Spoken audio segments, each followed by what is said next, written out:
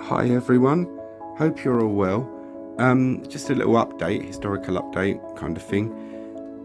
Today marks the 420th anniversary of the death of Queen Elizabeth I. She died in the early hours of the 24th of March 1603 at Richmond Palace. Some say of blood poisoning from bad teeth, some say from depression because she refused to eat and drink, refused to lay down, and stood for a long while with her finger in her mouth so no one could get any drink or anything into her mouth. And in those days, as Robert Cecil, son of William Cecil, come along and said to her, "Madam, you must go to bed."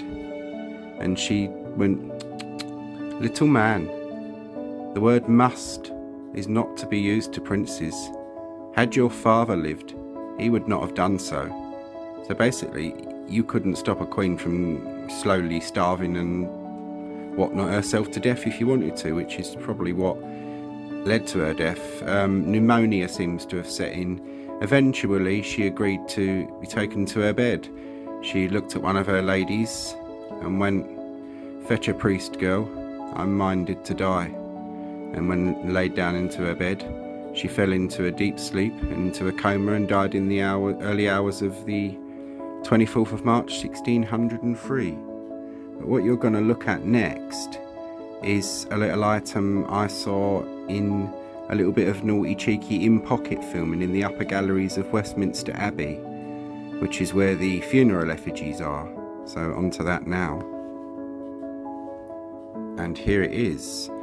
When monarchs died in those days, they had long line in states, so they were wrapped in cerecloth shrouds, which were generally sealed in wax, and then they were what they were called clapped in lead, which was to be sealed in a body-shaped piece of lead, so like a lead coffin but shaped like your body, and that would allow for long lying in states without any unpleasant odours or leakages and stuff for any standers by, which is pretty unpleasant. But people wanted to see a representation of their monarch, and at the funeral, effigies were made, and they would either be sat on a throne or lain upon the coffin, as in Elizabeth I's case here. So an effigy of the Queen, dressed in all her great robes and regalia, would have been made and laid upon the coffin, and this is what remains of it. But what you're looking at, the middle bit, is a corset that actually would have belonged to and been worn by Elizabeth I. When she died, for her effigy to get the right shape, a corset of the Queen's shape would have been needed, so one of her corsets would have been given. And this is what you're looking at. So yeah, a little bit of interesting history, a bit macabre, a bit gory, a bit morbid, but there we are. That's how death was dealt with in the old days. If you carry on watching my Westminster Abbey series, you will see this corset in. It's a bit of a long recording because it was a cheeky in-pocket one. You're not supposed to film up there, but it's just under an hour, about nearly an hour, just under an hour, and you see all this, the effigies and everything like that. But yeah, as it's Elizabeth I's anniversary, the 420th anniversary of her death today, usually my series that I'm doing on the life of Elizabeth I, I release them on Sunday. But I've decided to bring this Sunday's one forward to today, which will hit the page later on tonight, obviously because it being the anniversary of her death.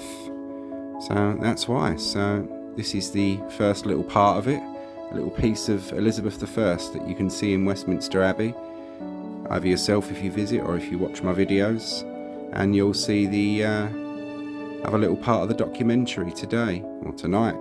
Hope you're all going to enjoy. Thank you for watching, and as I say, this is brought forward and the next one's brought forward because it is the 420th anniversary of Elizabeth I, who died on the 24th of March at Richmond Palace in the early hours of the morning. Right, thanks everyone for watching. Hope you're all going to enjoy tonight's viewings.